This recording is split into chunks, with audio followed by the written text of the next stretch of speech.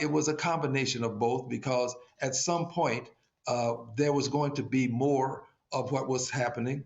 I wasn't trying to avoid that, but I did want to make sure I got my point across. And I stayed until I felt that I gotten my point across. And then my intentionality was to leave anyway. I didn't plan to stay to listen through what he was saying. That was never in a part of my program.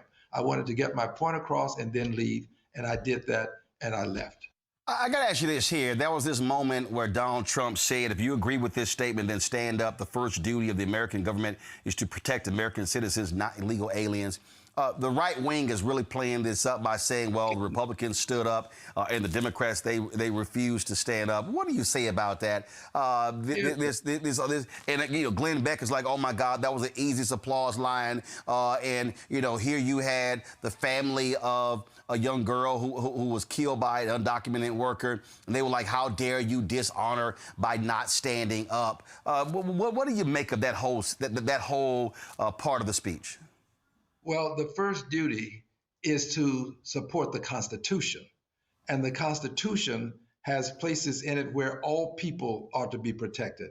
So I stand with the Constitution. He stands with a might makes right mentality. And if we allow this might makes right mentality, ends justify the means to persist, we will shred the Constitution. It will become meaningless. And we will then have more than authoritarianism. We will have the dictatorship that we all dread and would not want to see happen and occur in this country.